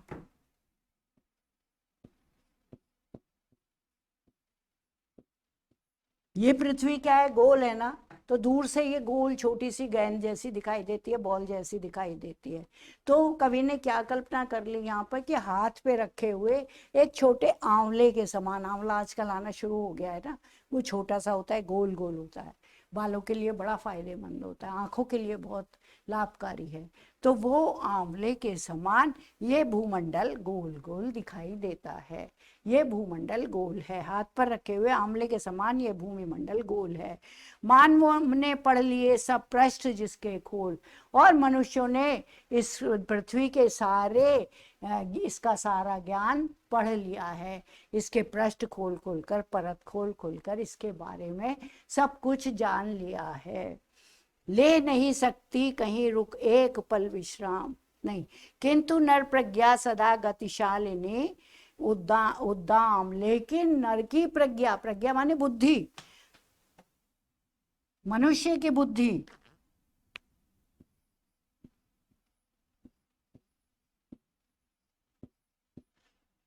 मनुष्य की बुद्धि सदा गतिशालिनी है, हमेशा गतिशील रहती है, हमेशा कुछ ना कुछ सोचती रहती है, आगे बढ़ने के लिए कार्य करती रहती है। उद्दाम, और अधिक और अधिक और अधिक की चाह उसे सदैव रहती है। ले नहीं सकती कहीं रुक एक चल एक पल विश्राम, कहीं भी रुक कर वो एक पल विश्राम नहीं कर सकती, आराम नहीं कर सकती कि हमने बहुत कर लिया अब नहीं करेंगे, ऐसा नहीं है। मनुष्य की बुद्धि सदैव कुछ ना कुछ आगे करती रहती है। यह परीक्षित भूमि यह पोथी पठित प्राचीन, सोचने को दे उसे अब बात कौन नवीन। कितनी अच्छी बात कह रहे हैं कवि। कवि कह रहे हैं कि ये परीक्षित भूमि है, इस भूमि को तो की तो परीक्षा कर ली तुमने। यहाँ भी कहा है कि सुपरीक्षिता, ये कहा है ना सुपरीक्षिता, फिर उन्होंने कहा कि परीक्षित, ये तो उन्होंने पर ये देखो ऐसे कर लो इसको डबल, और यहाँ पर भी परीक्षित, तो ये तो भूमि परीक्षित है। इस भूमि की तो परीक्षा की जा चुकी, इसे जांच लिया, आंक लिया, देख लिया इसके अंदर क्या क्या है। यह पोथी पठित, और जो हमारे पुराने ग्रंथ हैं उन सबको भी पढ़ लिया। ये भी, और इसको ऐसे भी समझ सकते हैं कि ये धरती पोथी के समान है, इसको पूरा पढ़ लिया गया है। प्राचीन, सोचने को दे उसे अब बात कौन नवीन, ये सब पुरानी बातें हो गई, ये सब हो चुका, अब हमें कौन नई बात कहाँ से मिले सोचने के लिए। अब हमारी बुद्धि को तो कुछ ना कुछ चाहिए, जैसे जिन आके बैठ जाता है तो उसे हर समय कुछ ना कुछ चाहिए, ऐसे मनुष्य की बुद्धि को भी आगे करने के लिए, नए उत्कर्ष करने के लिए, नवीनता लाने के लिए कुछ ना कुछ करना है। नई बुद्धि आगे करना चाहती है, तो कहते हैं ये सब पुरानी चीज़ें, भूमि को भी की भी परीक्षा कर ली, पोथियां भी पढ़ ली, या भूमि रूपी पोथी को पढ़ लिया, प्राचीन सोचने के लिए अब और कौन सी बात शेष बची है, अब आगे क्या बचा है। यह लघु ग्रह भूमि मंडल व्योम यह संकीर्ण, चाहिए नर को नया कुछ और जग विस्तीर्ण। ये लघु भूमि मंडल, ये भूमि मंडल छोटा, लघु माने छोटा, लघु ग्रह, यह लघु ग्रह, यह छोटा सा ग्रह, भूमि मंडल, ये जो भूमि है, ये जो संसार है, ये एक छोटा सा ग्रह है।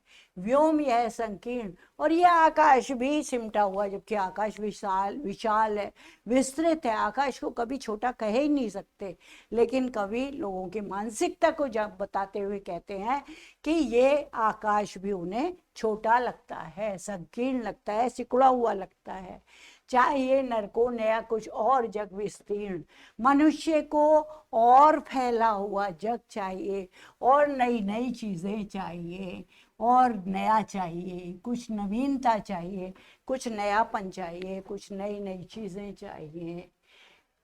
कुछ छिपा सकते न जिससे भूमि या आकाश, और जो ऐसा नयापन जिससे कि ना भूमि ना आकाश कुछ भी उसे छिपा नहीं सकते हैं। यह मनुष्य जिसकी शिखा उद्दाम, यह मनुष्य, शिखा माने चोटी, ये जैसे मेरा यहाँ जूड़ा बना है ना, यहाँ चोटी होती है, तुमने देखा होगा ब्राह्मणों के पंडितों के यहाँ पर एक चोटी बनी रहती है, तो उसको कहते हैं शिखा। तो कहते हैं कि यह मनुष्य जिसकी शिखा उद्दाम, ये मनुष्य, ये पता है शिखा क्यों रखी जाती है, ये भी एक एंटीना है, जैसे पहले जमाने में टीवी का एंटीना होता था ना, उससे सारे वाइब्रेशंस वो कैच कर लेता था। इसी तरह जो ये ज्ञान जितना भी है वो इस चोटी के माध्यम से मनुष्य की बुद्धि में चला जाता है, ऐसी धारणा है, ऐसा कहा गया, ऐसा हमारे शास्त्रों में लिखा हुआ है। तो वही कह रहे हैं कि यह मनुष्य ब्रह्मांड का, नहीं कहाँ थे हम, चाहिए नर को नया कुछ और जग विस्तीर्ण, यह मनुष्य ब्रह्मांड का सबसे सुरम्य प्रकाश, कुछ छिपा सकते न जिससे भूमि या आकाश, इससे ना भूमि छिपा सकते ना आकाश छिपा सकते हैं।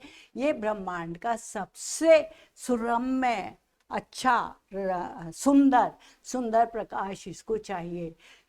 ये मनुष्य जिसकी शिखा, जिसकी चोटी बहुत ऊंची है, बहुत कुछ ज्ञान है, कर रहे जिसको चराचर भक्ति युक्त प्रणाम, और जिसको चर और अचर सारे प्राणी, क्योंकि मनुष्य योनि के आगे और कोई योनि टिकती नहीं है। सर्वश्रेष्ठ योनि मनुष्य योनि है, जो ईश्वर ने हमें प्रदत्त की है, तुम्हें प्रदत्त की है। इस जन्म को, इस योनि को, इस मनुष्य जीवन को व्यर्थ मत गंवाना, खराब मत करना, इसको गलत आचरण में मत ले जाना। ईश्वर द्वारा प्रदत्त ये समय दोबारा नहीं आएगा। ये योनि हमें दोबारा प्राप्त हो ना हो इसका कोई भरोसा नहीं है। अब जो हमें ये समय मिला है, ये जीवन मिला है, इसमें अच्छे बड़े कार्य, ईश्वर प्राप्ति के कार्य करो, प्रेम से रहो, प्रेम से रहना सीखो। सिर्फ ज्ञान की बातें, सिर्फ विज्ञान की बातें, सिर्फ और आगे कार्य करने की बातें इतना सफिशिएंट नहीं है। यही बात कह रहे हैं वो, कुछ छिपा सकते न जिससे भूमि या आकाश, यह मनुष्य जिसकी शिखा उद्दाम, कर रहे जिसको चराचर भक्ति युक्त प्रणाम। चर और अचर सारे प्राणी जिसे भक्ति पूर्वक प्रणाम करते हैं। यह मनुष्य जो सृष्टि का श्रृंगार, ये मनुष्य जो सारी सृष्टि का श्रृंगार है। क्यों कहा जाता है मनुष्य को सृष्टि का श्रृंगार? इसलिए क्योंकि 84 लाख योनियों को पार करके हमें मनुष्य जीवन प्राप्त होता है। और एक मनुष्य जीवन ही ऐसा है जिसके पास विवेक शक्ति है। ये शक्ति देवताओं के पास भी नहीं है। देवता लोगों को भोगने का अधिकार है, कर्म करने का अधिकार सिर्फ मनुष्य को है। इसीलिए गीता में भगवान कृष्ण ने कहा था, कर्म कर, फल की चिंता मत कर, कर्म करता रहे, कर्म करता रहे, उस कर्म का तुझे फल अवश्य ही मिलेगा। तुम अच्छे कर्म कर रहे हो या बुरे कर्म कर रहे हो, सबका फल तुम्हें अवश्य प्राप्त होगा।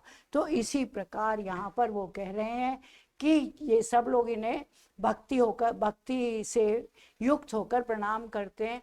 ये मनुष्य तो सृष्टि का श्रृंगार है, ज्ञान का, विज्ञान का, आलोक का आगार। आगार का मतलब क्या कहें, खजाना। ये ज्ञान का, इसके अंदर ज्ञान भरा पड़ा है, इसके अंदर विज्ञान भरा पड़ा है। किसके अंदर? मनुष्य के अंदर। मनुष्य के अंदर ज्ञान भी है, मनुष्य के अंदर विज्ञान भी है, और मनुष्य को आलोक का आगार है। इतना प्रकाश है उसके अंदर, इतना ज्ञान का प्रकाश है उसके अंदर कि वो उस प्रकाश का आगार है, खजाना है। व्योम से पाताल तक सब कुछ इसे है ये, आकाश से लेकर पाताल तक सातों तलों का, 14 तल होते हैं हमारे, 14 लोक हैं हमारे। और भगवान राम 14 लोकों के स्वामी थे। और ये जो है ना, ये कौन? व्योम से पाताल तक, आकाश से लेकर पाताल तक सब कुछ इसे मनुष्य को पता है, अगर वो चाहता है तो। अगर वो सोता रहता है, आलस में पड़ा रहता है, तो उसे कुछ नहीं पता होता। लेकिन अगर वो खोज करता है और जानता है और पुराने किए हुए कार्यों पर आधारित होकर उसका अध्ययन करता है, तो उसे बहुत कुछ ज्ञात हो जाता है। पर ना यह परिचय मनुष्य का, ना यह ना उसका श्रेय। इतना कुछ होने के बाद भी, इतना सब कुछ प्राप्त कर लेने के बाद भी मनुष्य का ये ध्येय नहीं है। मनुष्य का यह परिचय नहीं है। ये क्या है? मनुष्य का यह परिचय नहीं है। ना ये उसका श्रेय है कि हम ये इस बात के लिए उसको श्रेय दे, उसको क्रेडिट दे कि भाई वाह तुम्हें तो बहुत नॉलेज है। नहीं, वो नॉलेज सब बेकार, वो ज्ञान, वो विज्ञान सब बेकार है। किस लिए? श्रेय उसका बुद्धि पर चैतन्य उर की जीत। उसका श्रेय है कि बुद्धि पर चैतन्य उर माने हृदय, उसके चेतन हृदय की, उसके बुद्धि पर जब जीत हो जाती है, तब वो वास्तव में सच्चा मनुष्य बनता है। अर्थात बुद्धि का महत्व नहीं, हृदय का महत्व है। हृदय के द्वारा मनुष्य बुद्धि पर विजय प्राप्त कर लेता है। अपने विचारों के द्वारा, अपने उद्गारों के द्वारा, अपने हृदय के प्रेम के द्वारा मनुष्य सब कुछ प्राप्त कर सकता है, बुद्धि पर विजय प्राप्त कर सकता है। श्रेय मानव की असीमित मानवों से प्रीत, श्रेय मानव की असीमित मानवों से प्रीत, एक नर से दूसरे के बीच का व्यवधान तोड़ दे जो, बस वही ज्ञानी वही विद्वान और मानव भी वही। अब आ गए कौन कौन किसको पढ़ रहे हो बताओ जरा। हम पढ़ रहे हैं दिनकर जी को। तो दिनकर जी क्या कह रहे हैं कि ये उसका श्रेय है जब उसकी बुद्धि पर हृदय की जीत हो जाएगी। और श्रेय मानव की असीमित मानवों से प्रीत, और मानव का श्रेय क्या होगा जब एक मानव की बाकी मनुष्यों के साथ भी प्रेम हो जाएगा, दोस्ती हो जाएगी, लड़ाई झगड़े खत्म हो जाएंगे, व्यवधान समाप्त हो जाएंगे, कलह द्वेष विद्वेष सब समाप्त हो जाएंगे, तब उसकी असली जीत होगी। एक मनुष्य से दूसरे मनुष्य का व्यवधान रोड़ा खत्म हो जाएगा। जो उसे तोड़ दे जो वही, बस वही ज्ञानी है। जो कलह और झगड़े को खत्म कर दे, सच्चा ज्ञानी वही है, वही विद्वान है, और मानव भी वही है, सच्चा मानव भी वही है। कौन है सच्चा मानव? सच्चा मानव वो है जो हृदय से बुद्धि पर विजय प्राप्त कर ले, जो मन की भावनाओं से प्रेरित होकर प्रेम को प्रदर्शित करे, प्रेम से रहे और दूसरों के झगड़ों को भूल जाए, वही सच्चा मानव है। सावधान मनुष्य, यदि विज्ञान है तलवार तो इसे दे फेंक तजकर मोह स्मृति के पार। हो चुका है सिद्ध है तू शिशु अभी अज्ञान, फूल कांटों की तुझे कुछ भी नहीं पहचान। खेल सकता तू नहीं, ले हाथ में तलवार, काट लेगा अंग तीखी है बड़ी यह धार। कुरुक्षेत्र से ली गई कविता है, बहुत बढ़िया कविता है। क्या कह रहे हैं कि मनुष्य सावधान हो जाओ, यदि विज्ञान तलवार है, विज्ञान से तुमने बहुत कुछ प्राप्त कर लिया, समुद्र प्राप्त कर लिया, समुद्र की चीजें प्राप्त कर ली, पृथ्वी की, पर्वत की, सब जगह आना जाना और सारे ज्ञान प्राप्त हो गया विज्ञान के माध्यम से, लेकिन ये विज्ञान भी एक तलवार है, ये भी मौत की निशानी है। तो इसे दे फेंक, अगर तुझे ये तलवार लगता है तो इसे फेंक दे, और इसके द्वारा जो तुझे मोह हो रहा है और जो तेरी स्मृति में ये विज्ञान भरा हुआ है, इस सब को तू अपने हृदय, अपने मस्तिष्क से निकाल दे। हो चुका है सिद्ध है तू शिशु अभी अज्ञान, ये बात सिद्ध हो चुकी है कि हे मनुष्य, तू तो बच्चा का बच्चा ही रह गया। तू इन भौतिक वस्तुओं में, इस ज्ञान में, इस विज्ञान में पढ़कर अपने को श्रेष्ठ समझने लगा, अपने को सब कुछ श्रेष्ठ मानव मानने लगा, और तू चांद के अलावा और भी जगहों पर जाने के लिए तैयार है, तू बहुत कुछ करना चाह रहा है, तू अभी बच्चा है, तू नहीं समझता असलियत। ईश्वर की जो कृति है, ईश्वर ने जो तुझे समझा है, जो मानकर तुझे इस दुनिया में भेजा है, उसको समझ। और तू अभी अज्ञान है, फूल कांटों की तुझे कुछ भी नहीं पहचान। तू तो कांटों को भी फूल ही समझ रहा है, ये विज्ञान तो सारे कांटे कांटे हैं, तलवार है, तू इसे भी फूल समझ रहा है। तेरे अंदर फूल का सौंदर्य और कांटों का चुभन, दोनों में कोई अंतर नहीं समझ में आता। खेल सकता तू नहीं, ले तू हाथ में तलवार पकड़े, विज्ञान की तलवार को पकड़ लेता है, लेकिन उसके द्वारा तू खेल नहीं सकता। तलवार से तू खेल नहीं सकता, फूलों से तू खेल सकता है, लेकिन तलवार से तू नहीं खेल सकता।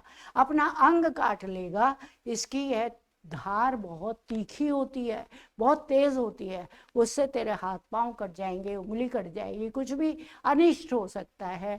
इसलिए तू इस विज्ञान रूपी तलवार को छोड़कर प्रेम रूपी फूल को पकड़ ले, और मानव के साथ सब झगड़ा कलह, विद्वेष कलह झगड़ा मान छोड़कर तू प्रेम की भावना से संसार में रहे, तो देख तेरा मन, तेरा हृदय कितना शांत हो जाएगा और तुझे कितना सुख प्राप्त होगा।